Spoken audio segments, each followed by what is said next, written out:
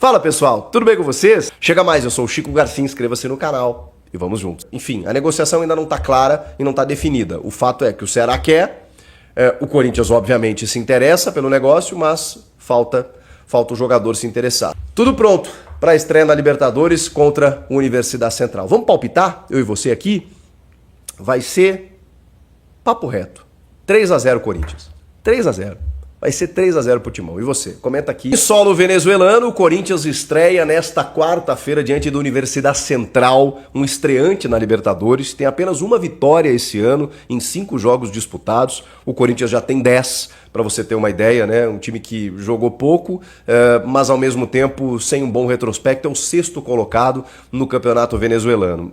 Evidentemente, o jogo da vida, né, desses jogadores, desses atletas, mas o Corinthians não pode correr risco, tem que ir lá para fazer o resultado, se puder vencer o jogo melhor, para depois decidir na sua casa nessa primeira das 2 fases eliminatórias que o Corinthians tem antes da fase de grupos da Libertadores.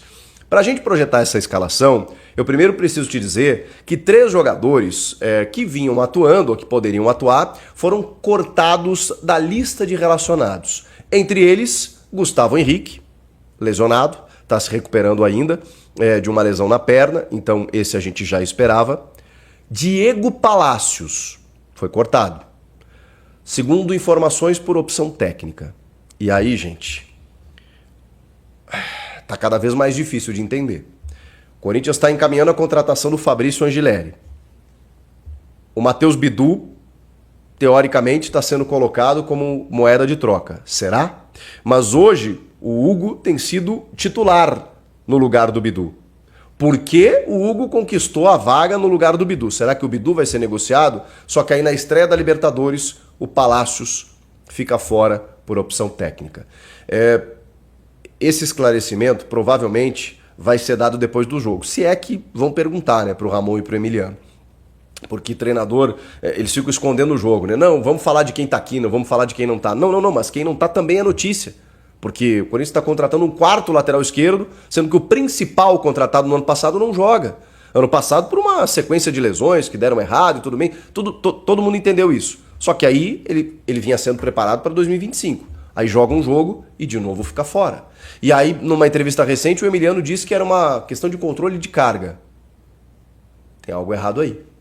O Samir Carvalho já tinha dito que tinha uma questão de indisciplina.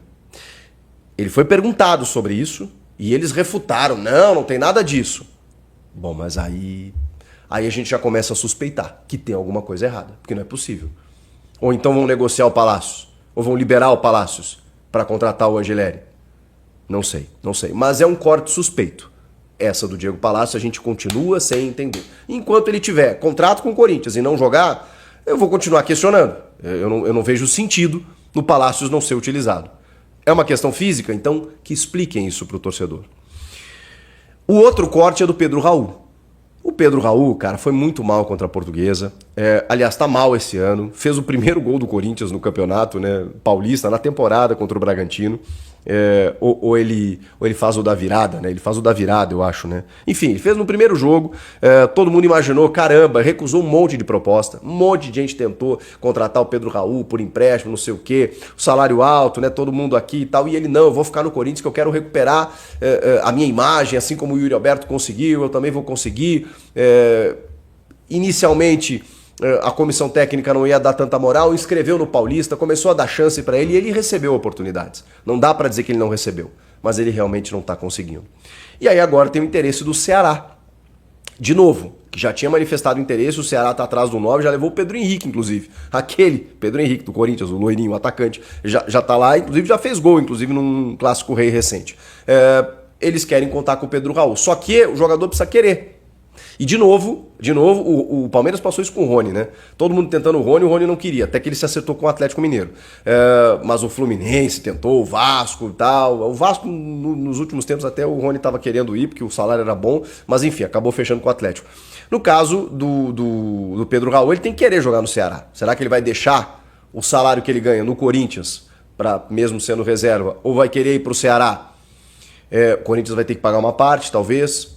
Talvez nesse momento em que ele recebeu algumas chances no Paulista, não tenha correspondido e que a pressão para cima dele tá grande de novo, ele pensa, caramba, eu vou seguir minha vida. ou não. Ou ele vai ficar por aqui, jogando um jogo, folgando 5, jogando outro e recebendo o seu glorioso salário que ele não obrigou ninguém a pagar, né? O Corinthians foi lá e tirou ele do futebol mexicano por 25 milhões de reais e com um salário na casa dos 800 mil reais. São os negócios do futebol, né?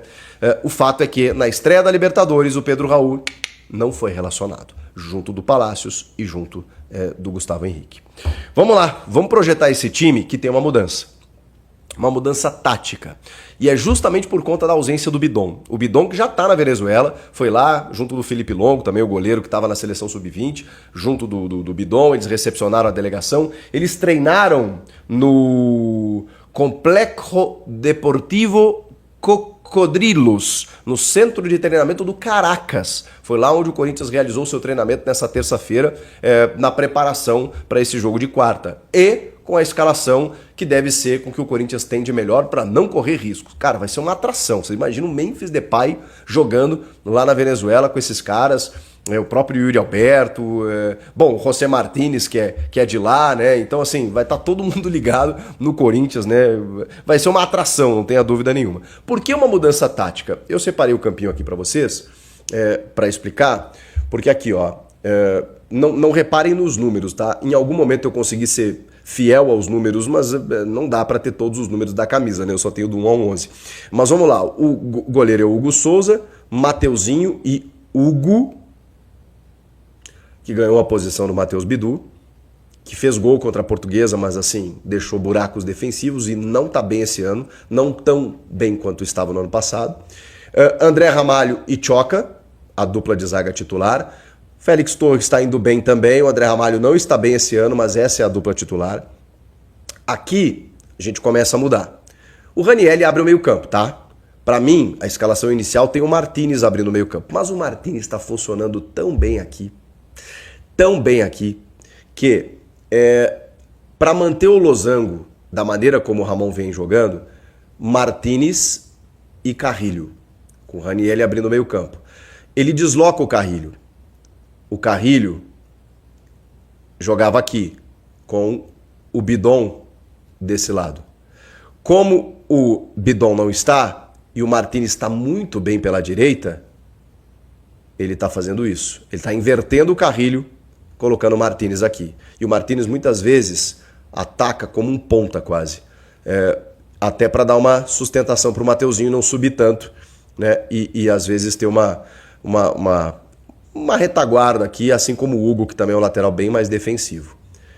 Laocho, Rodrigo Garro, o meia armador, o craque do time, na ponta desse losango. Com o Memphis agora o camisa 10 e Yuri Alberto. Esse é o time respeitando a característica de um modelo tático utilizado pelo Ramon no ano passado, porém com essa pequena alteração do Carrilho indo lá para o lado esquerdo e o Martínez aqui na direita. Muitas vezes eles se alternam, tá? Porque o Carrilho também funciona muito bem pelo lado direito. E o Martínez é um cara muito versátil. Então ele ataca como ponta, ele pode voltar pelo lado esquerdo para recompor, ele pode voltar para fazer a primeira função. Depois ele pode fazer uma troca, baixando o Martínez para cá, tirando o Ranieri e botando mais um jogador aqui, seja o Carrilho aqui e o Rian desse lado, ou o Alex Santana, que tem um poder de marcação e também chega bem à frente. Enfim, são as várias possibilidades que tem Ramon Dias com esse elenco do Corinthians, o time titular, e ainda tem Thales Magno voando para entrar no segundo tempo e resolver a parada. Salve, fiel, salve nação corintiana, tudo bem com vocês? É isso aí, meus amigos. Mais um vídeo aí, mais um corte retirado aí, confirmando aí pelo jornalista Chico Garcia. Então, os créditos aí estão na descrição, espero que vocês tenham curtido. Se você curtiu, por favor, deixa o like, se inscreve no canal e deixa o teu comentário. Meu palpite pro jogo contra o Universitário hoje, uns 3-1, 2-1, Coringão, tá? Ramon vai com um time absoluto, com um time titular diante da Universidade, tá? E na minha opinião, vai ser um jogo bem fácil para o Corinthians, até porque o time deles é um time fraco, tá, pessoal? O elenco do Corinthians é bem superior, é muito superior ao Universidade, tá? Então vai ser um jogo aí, tomara, né? Porque no futebol acontece as coisas, acontece muito imprevisto, né? Mas superior. Tá, então primeiro jogo pensando na casa deles, tá? O time já tá. O time do Corinthians já tá isolando desde segunda-feira. Tá, o jogo de volta vai ser na arena do Timão.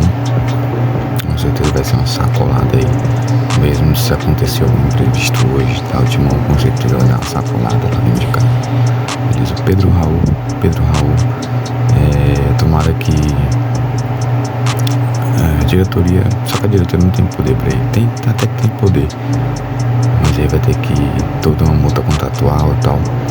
Então o Pedro Raul com certeza não vai querer sair do Corinthians, porque aí ele ganha um salário altíssimo de quase R$1 milhão pra não jogar, né? Então o cara joga aí, ele não joga. Imagine você ganhando quase R$1 milhão por mês e não jogando, não fazendo absolutamente nada, só treinando, né?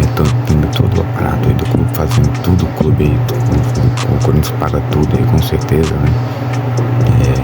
Jogadores e tal, alimentação, tem CT, tem fisioterapia, tem tudo. Então é uma maravilha, com certeza ele não vai querer sair do Corinthians pra ir pro Ceará, né? Mas então é isso, pessoal. Um forte abraço a todos também.